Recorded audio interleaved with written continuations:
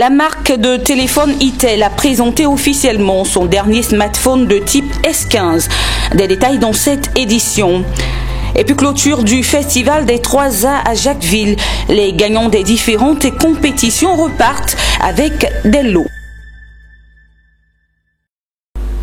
Heureuse de vous retrouver, madame, monsieur, bienvenue.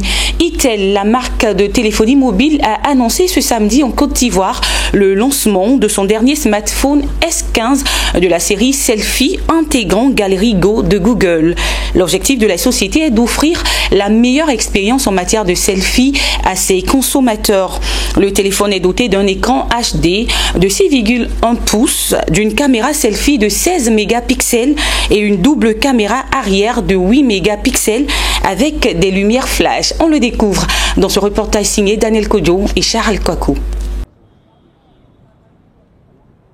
Les smartphones S15 et S15 Pro sont les nouveaux produits de la marque de téléphone Itel présentés ce samedi en Côte d'Ivoire. Ces téléphones novateurs présentent des expériences selfie avec des fonctionnalités améliorées. La marque de téléphone mobile s'engage ainsi à fournir des produits de bonne qualité à des prix abordables et offrant une expérience particulière à l'utilisateur. La particularité du S15 et du S15 Pro, c'est d'abord le selfie, la caméra selfie, qui est de 16 mégapixels, qui permet de prendre des photos dans un endroit sombre, dans un endroit moins éclairé. Et en plus de ça, il y a la 4G et aussi la mémoire du S15 Pro qui est de 32 Go ROM et 2 Go RAM. Le S15 est à 39 500 et le S15 Pro est à 51 500. Le prix est acceptable et le service fiable. Okay. Comme ça, c'est notre le point de clé. Aussi, on va toujours produire le smartphone ou le feature phone, d'après le besoin de consommateur. Ça, c'est notre expérience de réussite.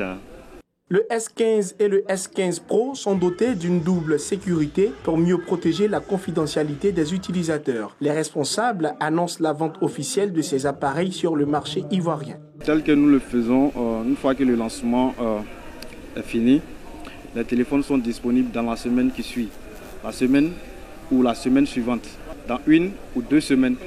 Créée en 2007, Itel est une marque de téléphone portable d'entrée de gamme et fiable pour tous. Sa mission étant de fournir à tous une technologie de communication mobile abordable. En 2017, la marque de téléphone mobile a réalisé une vente historique de plus de 77 millions d'appareils dans le monde. Après 4 jours de danse traditionnelle, de compétitions culinaires, de concours de pirogues et de beauté, la deuxième édition du festival 3A s'est achevée à Jacquesville.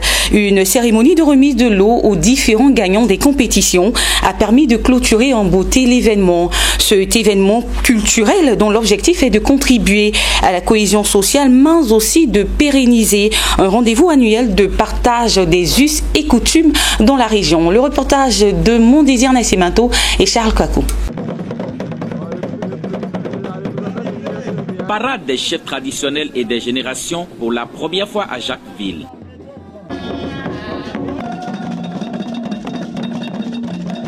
Danse traditionnelle et diverses animations ont meublé la dernière journée du Festival des 3A. Les femmes et les hommes, tous mobilisés pour vivre ces instants culturels magiques. Parce qu'il paraît que quand ils te touchent,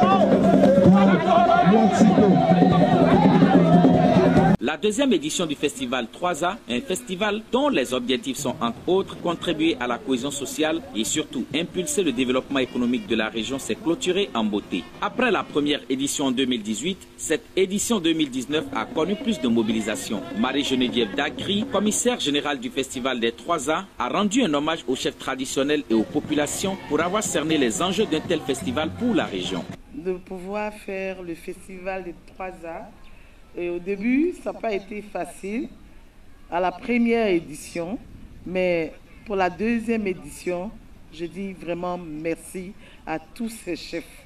Le cachet spécial a été donné par Anne Lemestre, représentant de l'UNESCO en Côte d'Ivoire, venue apporter le soutien de son institution au Festival des 3A. Pour ce Festival des 3A, L'UNESCO est très contente de s'associer d'une manière générale à la sauvegarde de la tradition, de la culture. Et pourquoi? Parce que la culture incarne en fait ce que nous sommes. La culture, c'est comment nous dansons, bien sûr, comment nous chantons, tout cela sont les arts, les contes, les histoires. Mais c'est aussi la manière dont nous mangeons, la manière dont nous dormons, la manière dont nous avons des enfants.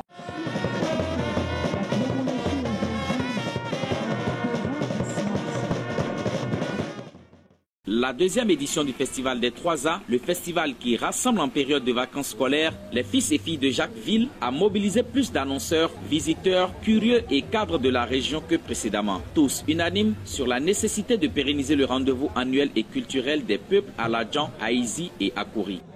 Je viens de France et je suis très heureux de participer à votre festival qui est riche en couleurs et on a passé vraiment un très bon moment. Madame la Grande Chancelière souhaite que ce festival soit pérennisé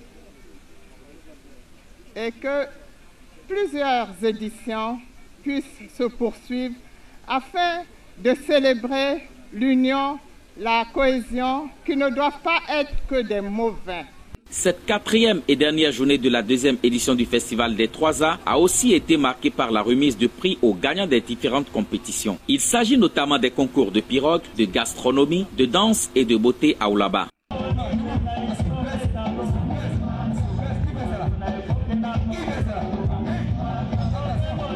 Les rideaux sont tombés sur la deuxième édition du Festival des 3A avec un rendez-vous pris pour la troisième édition en 2020.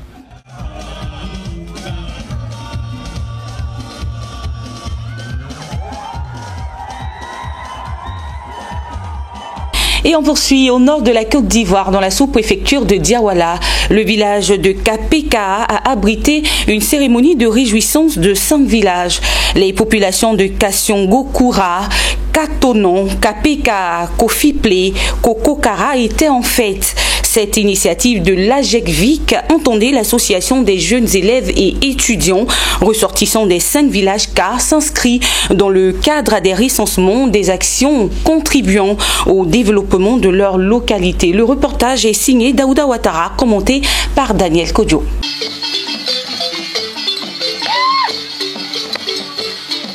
C'est au travers des journées socioculturelles et sportives tournantes depuis quelques années que l'association des jeunes élèves et étudiants ressortissants des 5 villages Kassiongo-Koura, Katonon, Kapekara, Kofiple et Korokara ont organisé ce rassemblement. Pour l'édition 2019, c'est le village de Kapekara qui a servi de cadre pour la fête.